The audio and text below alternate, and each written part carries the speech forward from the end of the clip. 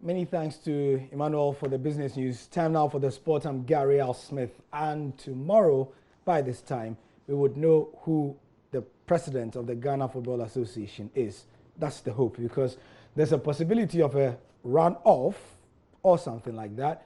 And before then, though, today we saw what should be the precursor. The Executive Council elections were held here in Accra, and the members are done. 11 were supposed to have been elected by the end of the day. However, we had just 10, and I'll explain why momentarily as we look at the slides of those who made the positions now. For the Executive Council, there are two major groupings. There will be those going for the Premier League, and first is George Amoako, CEO of Kotoko, and then Dr. Tony Obeng, who is representing Mediama, Brekum Chelsea, represented by Nana Odru Safo, Frederick Achampo is for Ashgold, and Kingsley Osebonso is from Bisham United. So the other branch are for Division 1, and Randy Abe is there as well. Mark Addo was one of the surprise winners. Samuel Enim Addo is also there. He's better known as the manager for Asamoah Gyan, if you've heard his name. That may be where you've heard his name. Habiba Ataforsen is the only rep for women's football because he have one slot. And Linford Asamoah Buedu is one of two representatives of the Regional Football Association. Now, I said 10 of 11 have been elected because, as you see here, yet to be decided is because the Regional Football Association reps had to be 2. Linford Asamoah Buedu had 4 votes and so had the highest number. He was elected. Now, the second position was supposed to have been taken by one of 2 people. Both had 3 votes. They had to go for a tiebreaker, but after 3 tiebreakers, they still had the same number of votes. And per the rules of the Ghana Football Association, they would go for that election tomorrow. So that yet to be decided column will be, having a name there, and it will be filled tomorrow. So those are the members of the Executive Council. Don't forget that that is the second most powerful decision-making body of the Ghana Football Association after Congress. Another quirk of this is that if you look at all the names in the list, majority of them are club owners, which is a far cry from what we had in the previous Executive Committee, as it was called, when most of the people there were not club owners. So one of the winners is Dr. Tony Obeng, most famously known as, somebody in the business sector, especially for Goldfields, Takwa, and Damai. He says he's grateful to delegates for reposing their confidence in him. It's a delight indeed to have been voted and to have the highest number. It's also a challenge and a call for humility.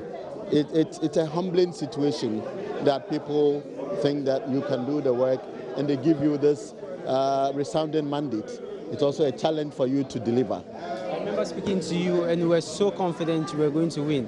Where did that come from? Well, I think my track record was available for others to see. And it's not time for bragging. I also appealed to the delegates. I went to them. It wasn't about the media campaign alone. I went to them. I told them what I could do.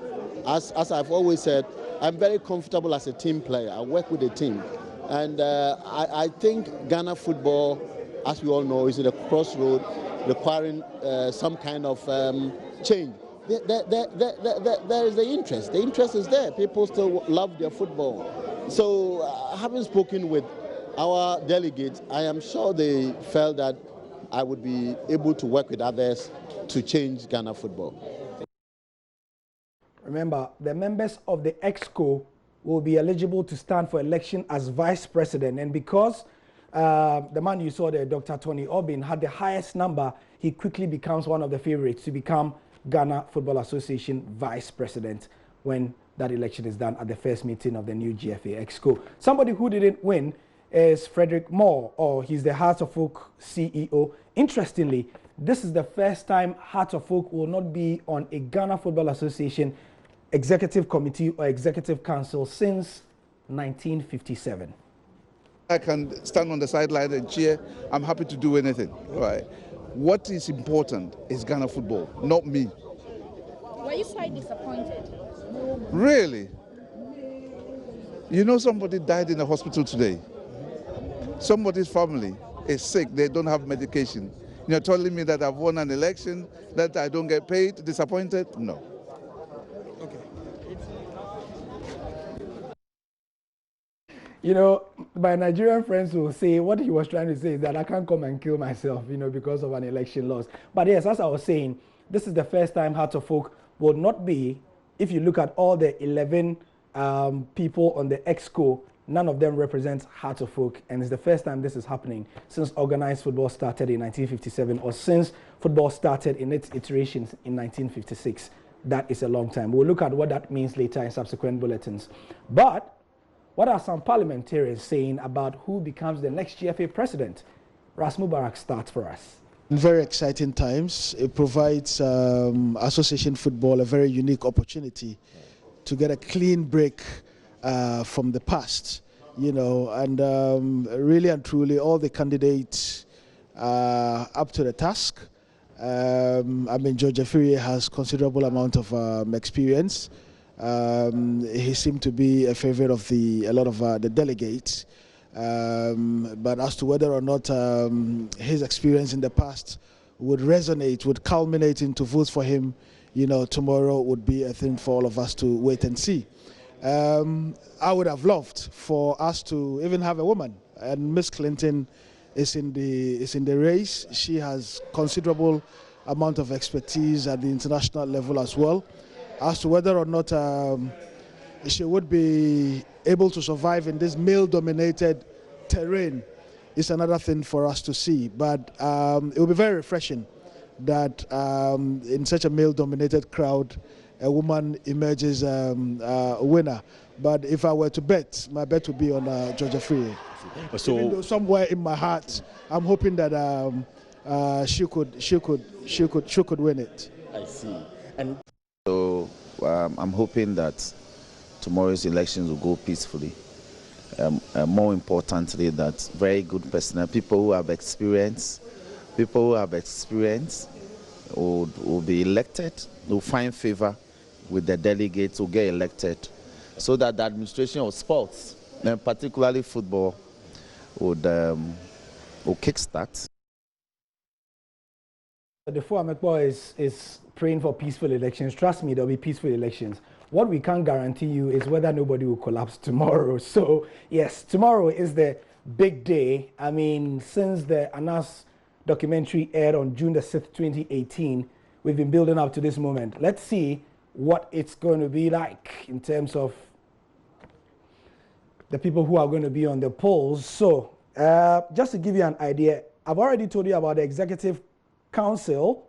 Now, tomorrow, 32 Premier League delegates will be voting in the elections, and those are the guys in blue. On the red will be the biggest representative voting block, the Division 1. And a lot of analysts say that if you're a candidate and you get the majority of the Division 1 votes, you're on your way to becoming the president. That's what Kwesi Nyantakyi did in 2005. He got only 4 votes from the Premier League, but he dominated the Division 1, and that's how he became president of the GFA. And then the next voting block that is significant are the regional football associations. Those we also saw in the earlier bulletin I spoke about. Then you have the women. There will be 8 women delegates voting, and then the rest will be going to the following. Referees will be having 2 votes. Beach soccer will be having 2 votes. Beach soccer will be having 1 vote, sorry. Futsal will be having 1 vote. The security services will be having 1 vote. Juvenile football will be having 2 votes. Coaches Association of Ghana will have 2 votes. The schools and colleges will have 1 vote. And the Professional Footballers Association of Ghana will have 2 votes as well. What do we have next? So now the former presidents of the GFA, just to let you see what the new president will be following in terms of history. Ohene Jan, the legendary, was the first. HP Nyamite, 60 to 66. Nana Fredua Mensah from 66 to 70, Mr. Henry Jabba, Major General Arie Kote, who started the militarization of our football, and then Colonel Brew Graves also continuing that in the SMC 1 and SMC 2 days, Supreme Military Council days. Let's move on. Major George Lamptey were still under military rule, and then Major D.O. Isiama went all the way to, when the 79. Mr. I.R. Abuaji was also 79. Mr. Samuel Ochre also became the FA president. S.K. Menu, Zach Bentum, that's a very popular name. And then we come into the 80s, Akayensu, those of a particular age, remember these names. Mr. LTK Caesar, Mr. E.O. Tem, Mr. Samuel Ochre, Mr. Juan Nyameche, Mr. Joe Latte from 92 to 93. And then, of course, we come to contemporary time, Samrabu Butler, MND Jaula, Ben Kofi of blessed memory, Nyaho Tamaklo, and the recent Kwesi Nyantakyi, who will become the new president tomorrow. So that is what you should be expecting. We'll be having coverage here on the Joy News channel. Myself, George Ado Jr., Benedict Owusu will be in the strong room. We'll be bringing you live coverage just like we did with the Executive Council elections and the Extraordinary Congress. With us, you know you are covered. I'm Gary Al Smith, and that's the sport for now.